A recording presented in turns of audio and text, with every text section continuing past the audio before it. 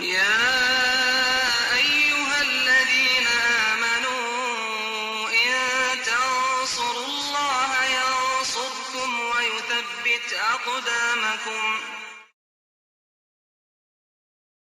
Salam alaikum. Donc, je vais tenter de répondre à la vidéo de Majid Oukasha qui porte le titre « 7 preuves que le Coran est une œuvre humaine ». Donc, dans un premier temps, on va écouter son passage dans lequel il explique son raisonnement face à ces deux versets qui pour lui s'opposent. J'ai choisi ce passage car il résume sa pensée. Et ensuite, je vais répondre de mon point de vue.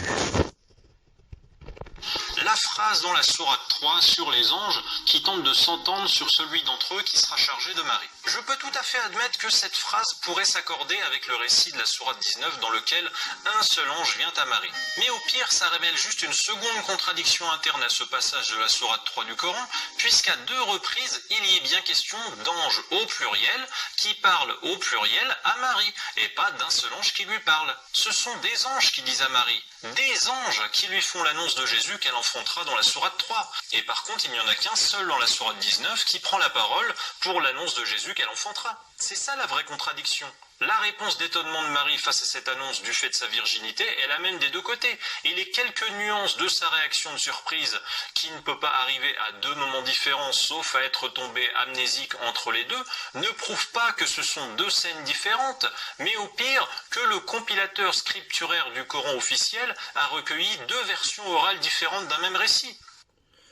Donc voilà, tout d'abord, on peut entendre en fond de son explication au départ une musique de jeu, ce qui prouve le sérieux de Majid Oukasha et qui prouve aussi qu'en réalité il aime tourner en ridicule ce livre qui pour lui justement n'est que ineptie. Donc dans ces deux versets il y a deux idées principales, à savoir que Marie reçoit cette nouvelle, et c'est le même récit car ce sont les mêmes réponses dans ces deux versets qu'il met en opposition. Donc, Marie ne peut s'étonner deux fois, être surprise deux fois, à moins qu'elle soit amnésique.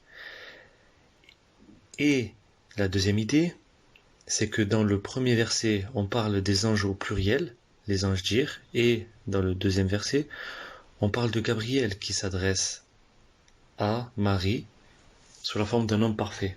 Donc pour lui, ces deux versets sont contradictoires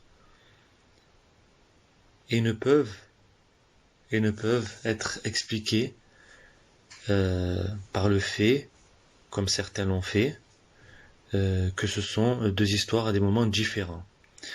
Donc, moi j'aimerais savoir si lorsqu'on parle des anges au pluriel qui s'adressent à Marie, j'aimerais savoir s'ils l'ont fait de manière synchronisée, tous en même temps, parce que sinon, Marie aurait eu sûrement du mal à comprendre le message.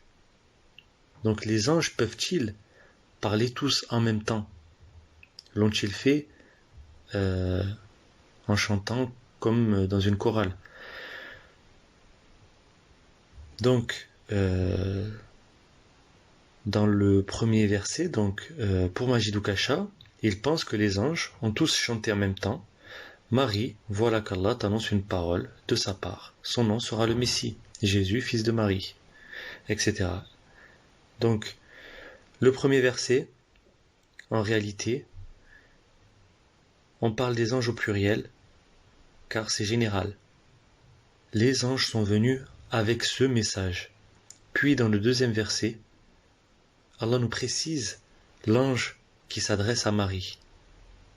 Et ce sont des histoires entrecoupées. Donc,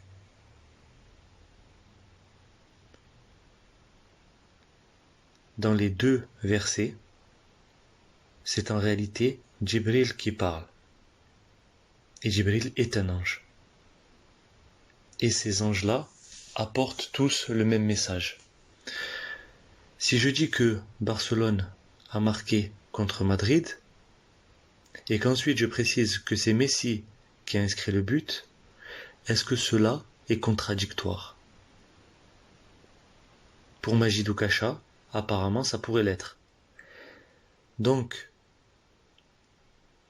ces versets sont bien loin d'être contradictoires. C'est juste dans un premier temps, une histoire en général. Les anges s'adressent à Marie. Ensuite, on nous précise qui s'adresse à Marie. Donc, cette preuve, entre guillemets, n'en est pas une. Ce verset n'est pas contradictoire.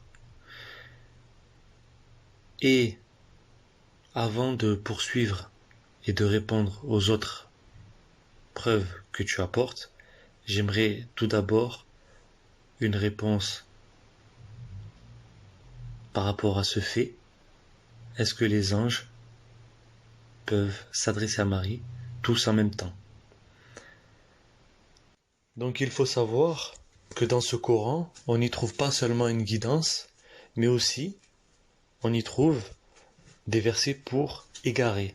C'est-à-dire que Allah guide et égare qui il veut. C'est d'ailleurs une des idées dans lesquelles Majid Oukacha trouve encore une autre contradiction dans une de ses entre guillemets preuves, mais j'y répondrai que si j'ai déjà une réponse par rapport à celle-ci. Donc oui, dans ce Coran, on peut y trouver de quoi s'égarer et de quoi se guider. Seulement, il égare que ceux qui ont un penchant vers l'égarement. C'est-à-dire que,